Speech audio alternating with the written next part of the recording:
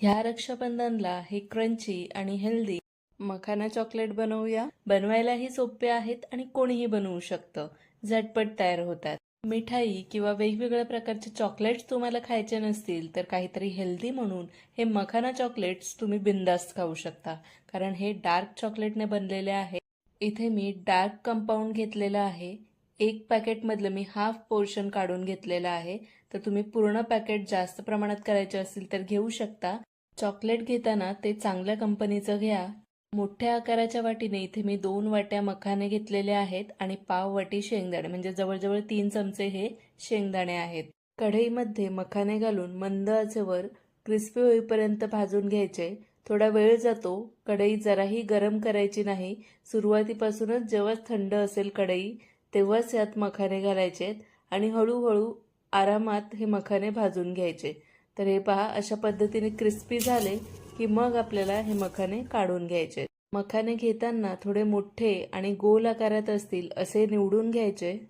त्यानंतर आता इथे घालूया शेंगदाणे। शेंगदाणे सुद्धा छान क्रिस्पी होईपर्यंत सतत मिक्स करत भाजून घ्यायचे। कढई आता गरमच आहे, त्यामुळे शेंगदाणे भाजायला जास्त वेळ जाणार नाही। फक्त गॅस मोठी करायची नाही, कारण पहिलाच कढई गरम आहे। गॅस मोठी केली तर पटकन हे वरूनच जळून जातील आणि आतून क्रिस्पी होणार नाहीत। त्यामुळे मी इथे मस्त हे कुरकुरीत होईपर्यंत मंद आचेवर भाजून घेतले। भाजलेले शेंगदाणे पूर्णपणे थंड करून घ्यायचे आणि त्याची साल काढून व्हिडिओत दाखवल्याप्रमाणे वाटीच्या किंवा ग्लासच्या मदतीने शेंगदाणे थोडे क्रश करून घ्यायचे। मिक्सरला वाटले तर शेंगदाण्याचा कूट तयार होतो पटकन, त्यामुळे वाटीच्या मदतीनेच दाब देऊन देऊन त्याचे छोटे छोटे तुकडे करून घ्यायचे। त्यानंतर इथे मी डार्क कंपाऊंड घेतलेला आहे। सुरीच्या मदतीने हे बारीक बारीक कापून घ्यायचं, म्हणजे चॉकलेट मेल्ट व्हायला जास्त वेळ लागत नाही। तुम्हाला माहीतच असेल, डार्क चॉकलेट खूप जास्त हेल्दी असतं असं मानलं जातं, त्यामुळे चांगल्या कंपनीचं हे चॉकलेट घ्या। कढईमध्ये मी 1 ग्लास पाणी गरम करून घेतलेलं आहे। आता गॅस बंद केली मी। चॉकलेट मी इथे काचेच्या बाउलमध्ये काढून घेतलेलं आहे आणि हे बाउल आपल्याला ह्या गरम पाण्यामध्ये ठेवून द्यायचंय 30 ते 40 सेकंदसाठी। अर्धा मिनिट नंतर चॉकलेट चांगलं मिक्स करून घ्यायचं, आपोआपच ते मेल्ट व्हायला लागतं।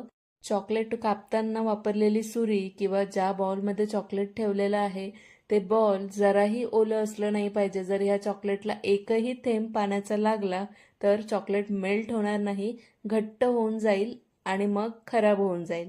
तुम्ही याच्यापासून चॉकलेट बनवूच शकणार नाही, त्यामुळे ह्याची काळजी तुम्हाला नक्कीच घ्यायची आहे। तर पाहू शकता, पूर्णपणे इथे चॉकलेट मेल्ट झालेलं आहे। आता क्रश केलेले जे शेंगदाणे आहेत ते मी इथे थोडे घातलेले आहेत, थोडे ठेवून दिलेले आहेत। आता गरम पाण्यामधून हे बाउल बाजूला काढायचं आणि त्यात घालायचे हे मखाने। मखाने छान क्रिस्पी झालेले आहेत, त्यामुळे ते कितीही दिवस ठेवा छान आतून कुरकुरीतच राहतात।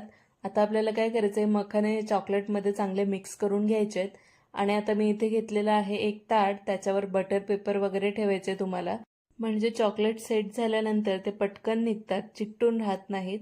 तर आता तुम्ही पाहू शकता, हे सगळे मखाने जे आहेत आपण चॉकलेटने कोट करून घेतलेले आहेत। आता बटर पेपरवर आपल्याला असं चमच्याच्या मदतीने एक एक चॉकलेट असं वेगवेगळं लांब लांब थोडं ठेवून घ्यायचंय आणि वरून क्रश केलेले शेंगदाणे घालायचे आहेत आणि मग हे सेट व्हायला ठेवून द्यायचे फ्रीजमध्ये। 10 मिनिटांच्या आतमध्येच एकदम हे सेट होऊन जातात।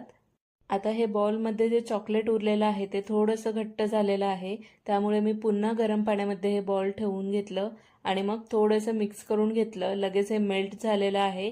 आता हे उरलेलं चॉकलेट जे आहे त्यामध्ये तुम्ही अजून मखाने भाजून घालू शकता आणि याचे चॉकलेट्स बनवू शकता, किंवा मग अशा पद्धतीचं एक मोल्ड घ्यायचं कोणत्याही शेपमध्ये आणि त्यात हे चॉकलेट घालून छान चॉकलेट्स तयार करून घ्यायचे, जेवढं हे उरलेलं आहे मिश्रण।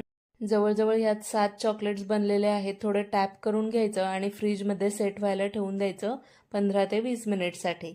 अशा पद्धतीने तुमचे इथे 2 चॉकलेट्स तयार झाले, एक पीनट चॉकलेट आणि एक मखाना चॉकलेट। असे 2 प्रकारचे चॉकलेट इथे तुम्ही तयार करू शकता। 7-8 मिनिट झाल्यानंतर मखाने पाहू शकता एकदम सेट झालेले आहेत आणि मस्त क्रंची आणि हेल्दी मखाना चॉकलेट्स इथे तयार झालेले आहेत। हे महिनाभर जरी ठेवले तरी पण एकदम क्रंची राहतात, बिलकुलही नरम पडत नाहीत, म्हणजे मखाने आतून एकदम कुरकुरीत राहतात। खाताना सुद्धा ते तुम्हाला जाणवेल। फक्त हवाबंद डब्यामध्ये भरून ठेवायचे, फ्रीजमध्ये ठेवायचे, म्हणजे ते चांगले सेट राहतात, मऊ पडत नाहीत। मोल्डमधले चॉकलेटसुद्धा पाहू शकता, छान सेट झालेले आहेत हार्ट शेपमध्ये. तुम्हाला जर रक्षाबंधनला अशा पद्धतीने बनवायचे असतील ना, तर तुम्ही बनवू शकता. इथे तुम्ही काही घालू शकता, ड्रायफ्रुट्स घालू शकता, तुमच्या आवडीचं किंवा राईस बॉल्स घालू शकता.